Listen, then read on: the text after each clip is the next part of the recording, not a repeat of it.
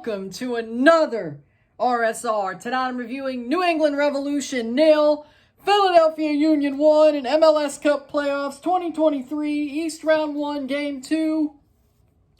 Philadelphia Union win the series 2-0. They sweep the Revolution with a 1-0 win where they honestly should have scored. They honestly should have scored 3 or 4 goals. But in the end, they still got the 1-0 win. They still won the game, up a man for most of the whole second half and the end of the first half.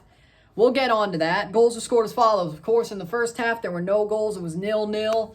Going to the half, the Philadelphia Union went and controlled the game without having all the possession. They did not have most of the possession. They did not have the majority of the possession, but they still controlled the game. They still played forward better. They still had more chances. They still defended very well. They didn't need to hold the ball to control the game. Then late in the first half, Mark-Anthony Kaye stomps on Gazdag. I don't think he meant to do it, but it's still mindless. He got sent off for a red card on a VAR review. He's out. They're up a man, and you think Philly's going to really take initiative here, and they do. They should have scored 3 or 4. But in the second half, of course, in the 80th minute, they still get their goal. Jack McGlynn plays it in off the free kick, crosses it to Chris Donovan. Chris Donovan taps it in. He's onside. It goes in past Earl Edwards Jr. He didn't even see it in the 80th minute. Chris Donovan gets the leading goal, turns out to be the winner. It is 0-1, and that's the way it would end. 1-0 to Philadelphia Union, even though it should have been more, to be completely honest. I think Philadelphia should have had 3 or 4 goals. I mean, Quinn Sullivan was burning down the wing. Man should have at least had an assist, if not 2. Joaquin Torres was burning New England as soon as he came into the match. He was hot. Like, he got hot. He played very well. To me, Philadelphia should have scored 3 or 4 goals. The fact that Philadelphia couldn't score 3 or 4 really shocked me, especially in that second half where they were up a man and they really did control the tempo as that second half came through. As that second half was going, they controlled the tempo, they controlled the ball. You thought they would win by more, but they still won, so I guess it's not really a complaint, but they should have won by more. Stats are as follows: 8 shots to 19, 3 shots on goal to 4, 58% possession to 42% possession, 533 passes to 386 passes, 86% pass accuracy to 82, 10 fouls, 14, 2 offside to 3, 1 yellow card to 1, 1 red card to 0, 5 corners to 5. For me, here's what it is. To me, I think when it came down to it, Philadelphia should have won this game by a runaway, especially after going up a man. They should have won in a runaway. So the fact they didn't win in a runaway is honestly really shocking. I think they should have won 3 or 4-0. I mean, 1-0 is still a win. Yeah, they're through to the next round. They're going to play Cincinnati in the conference semis. Deservedly so. I felt like this game was going to be a sweep. And even with Carles Heel back, I was like, it's going to be a sweep. They're going to sweep the game. They're going to sweep the series. And they did. They did. Without Kai Wagner, without Jakob Glesnes, they grinded it out. And I still think they're going to have a problem against Cincinnati. It's going to be tough. But you know what? Didn't mean to do that. It's going to be tough. It's going to be tough. It wasn't perfect. That's my point. The game wasn't perfect. Just like that. That was not perfect. And Philadelphia Union did not play the best game. Yes, they controlled the game, even without most of the possession. They controlled the game in the first half. They had some really good forward play. But in the end, it's like, hey, if you can't control the game, you can't control the game, you can't win when it comes to New England. New England, I thought they played very weak. I thought they played some weak football. I thought they were scared. They knew they had to win. And when they went down a man, they were like, you know what, we're going to try to hold this to a 0-0 because we've done a pretty good job of it. And they almost did get it to penalties. They didn't believe that they could... They didn't really believe that they could play in a situation as in where they could win. And then Mark-Anthony Kaye got sent off, and they just really chose to play for the draw. And I thought they were very Defensively, they played well. I don't think that's why Philly didn't score 4 goals. I think Philly could have still scored 4 goals, even while New England was playing defensively. Let's put it like that.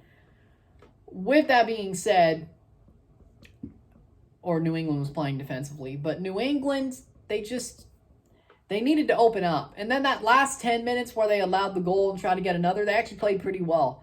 I thought it was actually interesting. I mean, Tommy Mack put in some good crosses. This game was not over till the final whistle was blown. That's the one thing I got to say, and I'm happy about that. Is the one thing I've got to say is that this game was not over till the final whistle. Anybody could have won. It could have went to penalties. It could have been an outright win, but Philly did what they were supposed to do. They got the job done. They held the lead. They moved on. They're on to the next round. Mark Anthony K. I guess for good old time's sake, we'll talk about him. Mark Anthony K. How idiotic are you? I'm just glad he didn't do it for Toronto. Stomps on a player. I don't know if he meant it or not. I don't think he meant it. I don't think he meant to stomp on Gazdag, but to be in that position and just stomp him, trying to get the ball back and saying that's what you did, dude, I mean, that's a red card, straight up. Like, you can't do that in the playoffs when your team's up against the wall. Luckily for you, they almost got out of it with a equalizer or an equal score and went to penalties. You almost got away with it, Kay. You almost got away with letting your team down. You didn't. But, I mean, you've been letting your team down for months, for like the past 2 years, so who am I kidding? You've been letting your team down for like the past 2 years. Whoever you're on. So, this isn't new. This isn't new. Man of the match for me, I'm going to say Quinn Sullivan. Even though he didn't score, he didn't have an assist, he should have had like 3 assists. He was burning New England down the wing. First half and second half. He didn't have any numbers on the score sheet, but he was burning the hell out of New England. And I think that earns man of the match. Even though you could say, what about McGlynn for the assist? What about Donovan for the goal? Sure, they got that. What about Andre Blake? To me, I think it's Quinn Sullivan. He wanted to win this like a runaway. Whether they had the chance or not, he wanted to win so badly, Quinn Sullivan, that he wanted to get his own goal, his goal, or get an assist. And man was trying to have that happen. He was trying to create so much. And you could just tell the work he was putting in. So to me, I think Quinn Sullivan is man of the match, to be completely honest. So, there you go. That's what I think. Philadelphia, they got the job done. They got the goal, and they're through. New England, they didn't do good enough.